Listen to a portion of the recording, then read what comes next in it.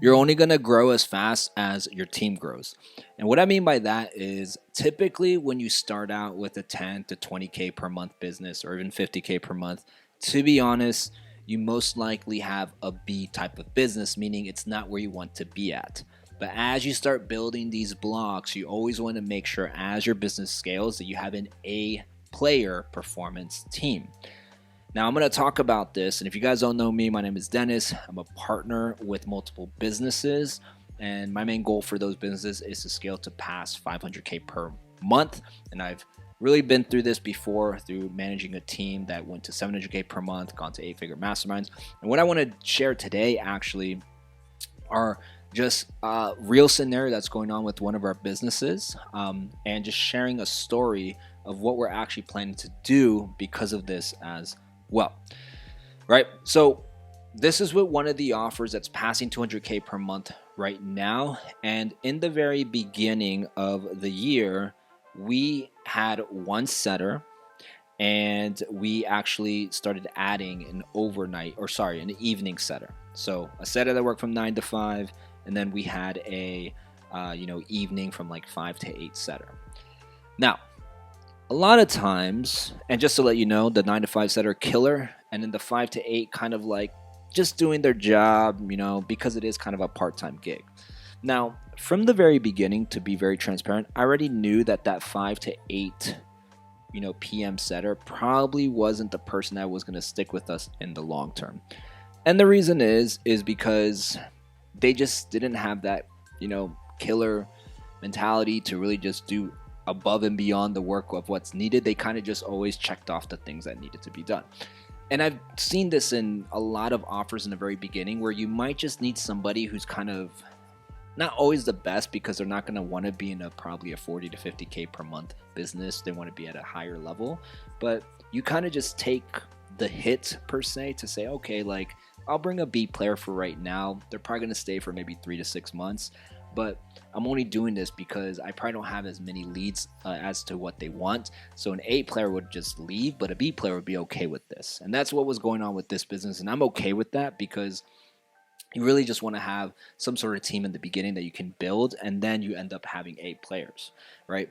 And so what's been recently going on is, we're starting to add more closers and setters to the team. They're all 8 players, and we're spending more money into marketing.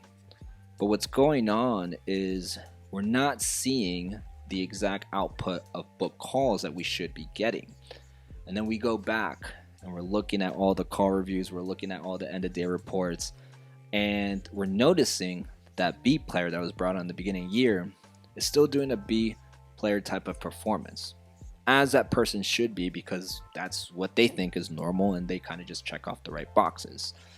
So now what we're doing is to actually scale to that next level. We're making sure that we have hypothetical scenarios to make sure that we only have an 8 player performance team. Now, those hypothetical scenarios, and guys, the reason I share this is because this is the day-to-day stuff that actually goes on that can actually help you guys scale to 6-figure months and 7-figure months, right? Are mainly this, and I shared this with the owner literally last week. One, you have an honest chat with that B player.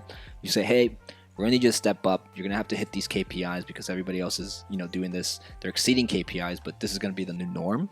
Right? And you kind of test out to see what that looks like. But to be honest, in most cases, they're not going to get it done because that's just not in them. And you can't really change that. And that's just going to be, pushing a big boulder up a mountain.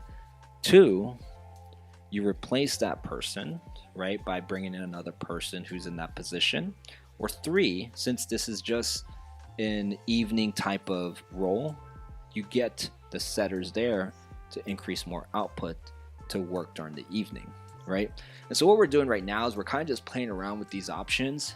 We got some, different things that are coming in for interviews and, an honest chat with the setter. And the reason I wanted to share this is 2 main reasons, or 2, I guess, real thoughts.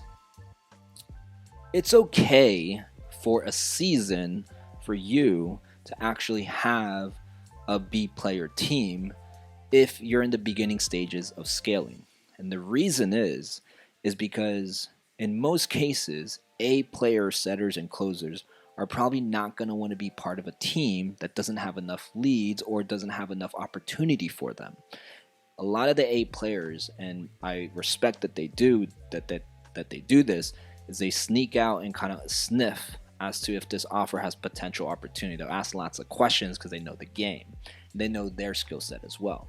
So the main reason I wanted to talk about this, the first point is it's okay to have that because you're just building your foundation with other things as well. You're building your marketing structure to get the right amount of leads. You're building your team slowly to get mainly the right processes. And then also you're making sure that the fulfillment in your product is getting great results and having a good steady LTV as well. And the second point I wanted to really talk about with this kind of story that I'm sharing is you always want to have options and think of it ahead of the curve, right? You never want to be surprised by this, right? The owner was a little bit shocked where I was like, hey, like I already got options for you, right? And here's the 3 options. I already got people who are willing to actually, step up into this role and or, interview for this role because this isn't new to me. This isn't new to a business. So it's okay to build and have that sort of sacrifice. And 2, don't be surprised by things when you're going to the second sequence after you are scaling to an A player type of team and business. Always have options, always be ahead of the curve. It's kind of like playing chess when you're building the right team. When you're ahead of the curve, then you don't have anything that's holding you back from momentum. The biggest way and the fastest way to scale, doesn't mean it has to be fast, is making sure there are no surprises as you keep scaling.